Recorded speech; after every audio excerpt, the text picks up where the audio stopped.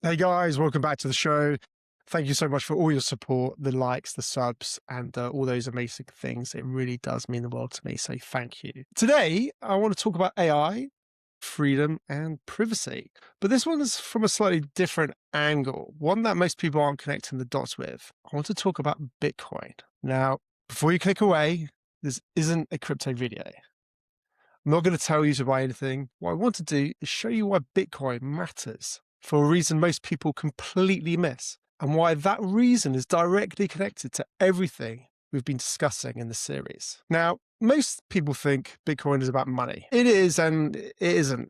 Bitcoin is money, but the reason it works as money is what most people miss. It's not the blockchain. It's not the technology. It's what happens when you remove the need to trust. That's what this video is about.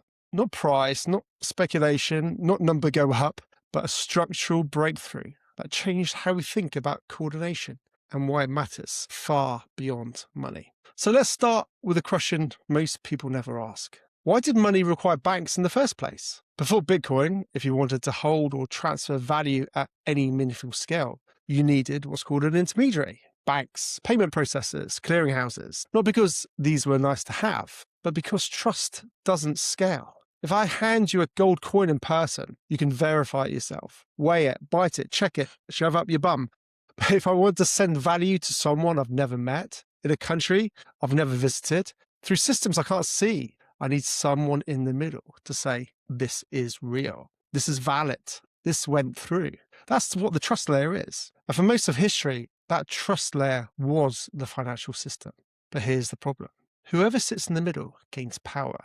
They can see every transaction. They can freeze accounts. They can decide who participates and who doesn't. They can change the rules. Not because everyone in the middle is a bad actor, though some clearly are, but because that's sitting in the middle is what it means. The structure creates the problem, even when the people don't. Coordination required trust. Trust required intermediaries. Intermediaries, of course, required control. That was the deal for centuries. So what changed? Bitcoin didn't create digital money. Digital money already existed. It's what your bank shows you on your screen. What Bitcoin created was the ability to verify without trusting. For the first time, you could hold value without asking permission. You could transfer it without an intermediary confirming it happened. You could participate in a global financial network without an account, without approval, without identity. Not because the system trusted you, because trust was no longer required. That's the breakthrough. Self-custody, meaning you hold your own keys. No one can seize your funds without consent. And verification, meaning anyone can check that the rules were followed without relying on a central authority to tell them so. The system works because no one is in charge, not despite it. That distinction matters more than most people realize. Now, here's where it gets really interesting, because this pattern isn't unique to money. Think about every system where coordination happens at scale. Communication, identity, information, intelligence. In each case, the same structure tends to emerge. Centralisation first, because it's easier, because it's faster, because someone has to coordinate. Convenient second. The system gets smoother, more frictionless, more user-friendly. Control last. And by the time control shows up, switching costs are too high. You're locked in. We've seen this with social media. The platform started as tools, then became gatekeepers. We've seen this with cloud computing. Your data started as yours, then became theirs. We're seeing it now with AI. Let me make the connection explicit. Today, if you want to use intelligence at scale, you rent it. You send your queries to a server you don't control, a model you can't inspect, governed by policies you didn't agree to, subject to change you won't be told about. That's not a conspiracy, that's just the structure, and it produces the same dependency pattern money had before Bitcoin. You can't hold intelligence yourself. You can't verify what the system is doing. You can't opt out without losing access. The parallel is almost exact. Before Bitcoin, you could use money, but you couldn't own it without permission. The moment you wanted to move or store value at scale, you needed an intermediary. Today, you can use intelligence, but you can't own it. The moment you want AI that actually works, you're pushed towards platforms that see everything, control everything, and can change the rules at any time.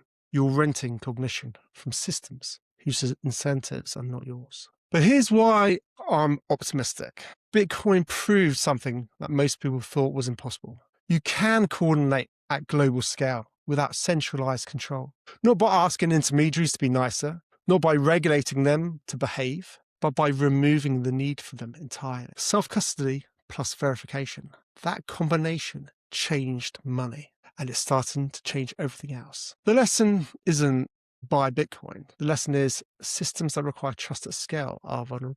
And systems that remove the need for trust can replace them, slowly at first, then all at once. That's what's happening in money. And it's what needs to happen with intelligence. So this is why I keep coming back to the idea of sovereign AI. Sovereign AI is not a product. It's not a feature. It's not an architecture. It means intelligence that runs locally under your control without requiring permission. It means systems that can coordinate and share capabilities without surrendering your custody. It means the same structure shift Bitcoin brought to money applying to cognition. Self-custody of intelligence, not because the cloud is bad, but because anything you don't control can be used against you. And anything that requires trust will eventually be captured by whoever provides that trust. That's not paranoia, that's just how systems work. So here's where I'll leave it and wrap it up. Bitcoin didn't solve money by making banks better. It solved money by making banks optional. The same shift is coming for intelligence, not through regulation, not through policy, not through asking nicely, through architecture. So the question is whether you'll be using systems that require trust or systems that don't. That's the real question Bitcoin answered. And it's the same question AI is asking now. So if you've made it this far in the series, you've seen the thread, obviously, with privacy not being a feature, it's a structural question. Trust isn't a safeguard, it's a vulnerability. And now Bitcoin wasn't about money, it was about removing trust from critical infrastructure. And AI is next. So if you want to follow this as it unfolds, obviously, please subscribe, really appreciate it. And this series is only just getting started. So for now, stay safe, stay sovereign, and stay free. Take care, guys.